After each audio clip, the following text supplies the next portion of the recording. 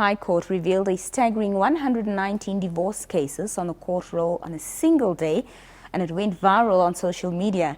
The startling figures sent shockwaves through Namibia and had many asking the divorce rates, questioning the divorce rate and why some of these unions were so short-lived.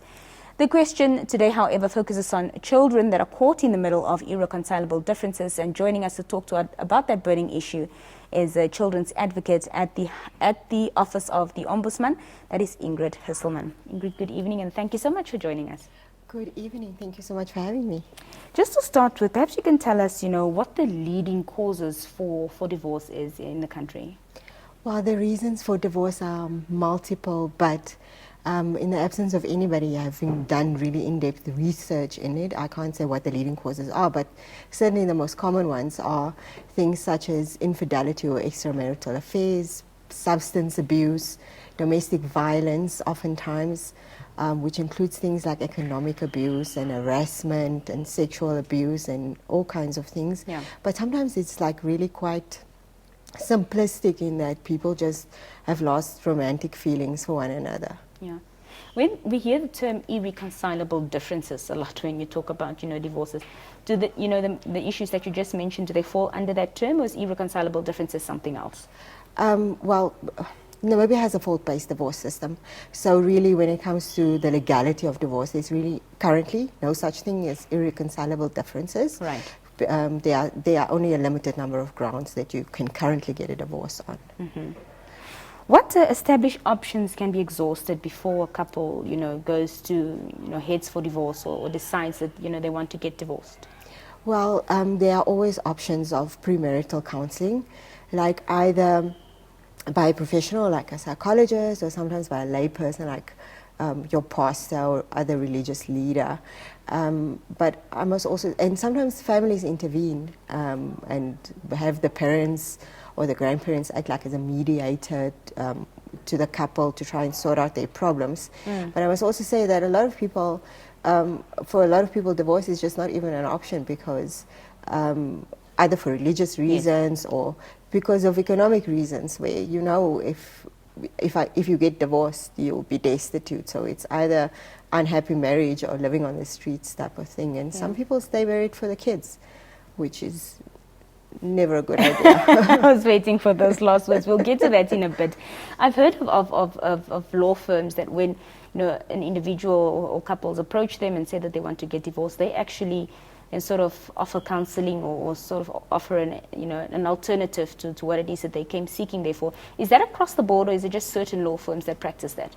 Well, it is certainly like an individual issue. It is definitely not a lawyer's job to try and reconcile couples. A lawyer's job is to advise their clients as to the law and to make sure that their best interests are served in the process. But it depends on people's personalities. Yeah.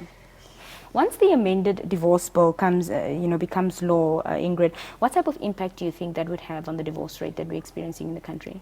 Well, theoretically, we will certainly see an increase in the divorce rate, and that is only because the new divorce bill aims to make it simpler for people to get divorced, to make it easily accessible, because currently it's extremely complex and extremely expensive. You can only get divorced in the High Court. You have to instruct a lawyer to do so. They're not cheap. So yes, definitely, if the bill gets passed into law, then people would be able to get married in a magistrate's court, for instance, and like I said, it will be cheaper, and also it's going to take away these grounds that are fault-based divorce grounds, so then people will be able to cite irreconcilable differences in order to get divorced. In the instance where there are children involved within the marriage, and the marriage is now heading for divorce, and the process is either started or on its way, whatever, how is the issue of children then dealt with in this matter? Well, first and foremost, it is the parents' responsibility to look after the well-being, the emotional well-being of their children. But then during the course of divorce, things sometimes gets messy, and then couples fight about custody and access and things like that.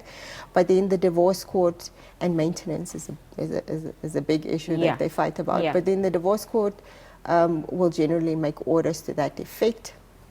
And the system currently also forces like mediation beforehand to try and iron out these things. But definitely, first and foremost, parents' responsibility to try and mitigate the traumatic effect that the divorce will have on their children. Yeah. Do custody battles always ensue or sort of go hand in hand with divorces?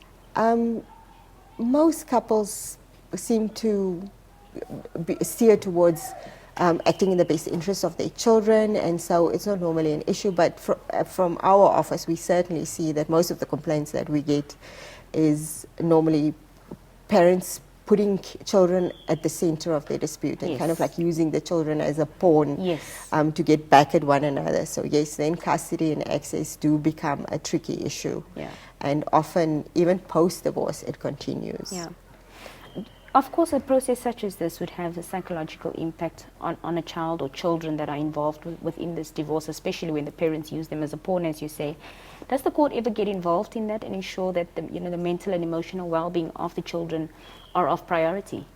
Well, in just plain divorce proceedings, the court will never make, and if there's a dispute about custody and access, the court will never make an order regarding that without getting a report from a professional, a psychologist or a social worker who will then go in and do some type of investigation into the circumstances of the child and each of the parents, and then make a recommendation to the court to say who would be the most suitable person for the child to be placed with. So yes, the courts definitely do get involved. So it's not always, that the mother will get primary custody of the children? No, definitely not. Okay. So it's the primary consideration is always the best interest of the child, and so there are a number of factors that the court will the court has to actually look at in order to make that determination. The best interest of the child, how would you explain that statement?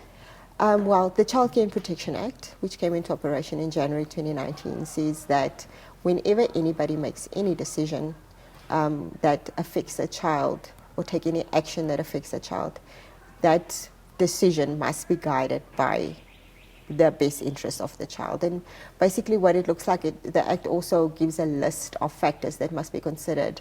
But basically it's not a limited list, so it can look anything. For instance, if it's a custody dispute, the court will consider the age of the child, whether the child has special needs, like if it's a baby and the baby's breastfeeding, only the mother can fulfill that need. So yes, then the mother will be the person to place the child with. What advice do you have to couples that are looking to tie the knot? What is it that they should be cognizant of before going into a contract, basically entering into this contract? Yes, that is certainly what it is. It is an arrangement, and my advice would just be to go into it very consciously, because these days with information at our fingertips, it's very easy to empower yourself. And there are lots of resources available: couples counselling, premarital counselling, premarital workshops. And if you don't want to go that route, at least just you as a couple, prepare yourselves for marriage. Like, have very difficult conversations about, do I want to have children? How are we going to raise these children? Religious things, finances. Lots of finances, especially. Very important to have these conversations beforehand, rather than having them become stumbling blocks later on in your marriage. Ingrid, thank you so much for being with us this evening. Thank you for having me.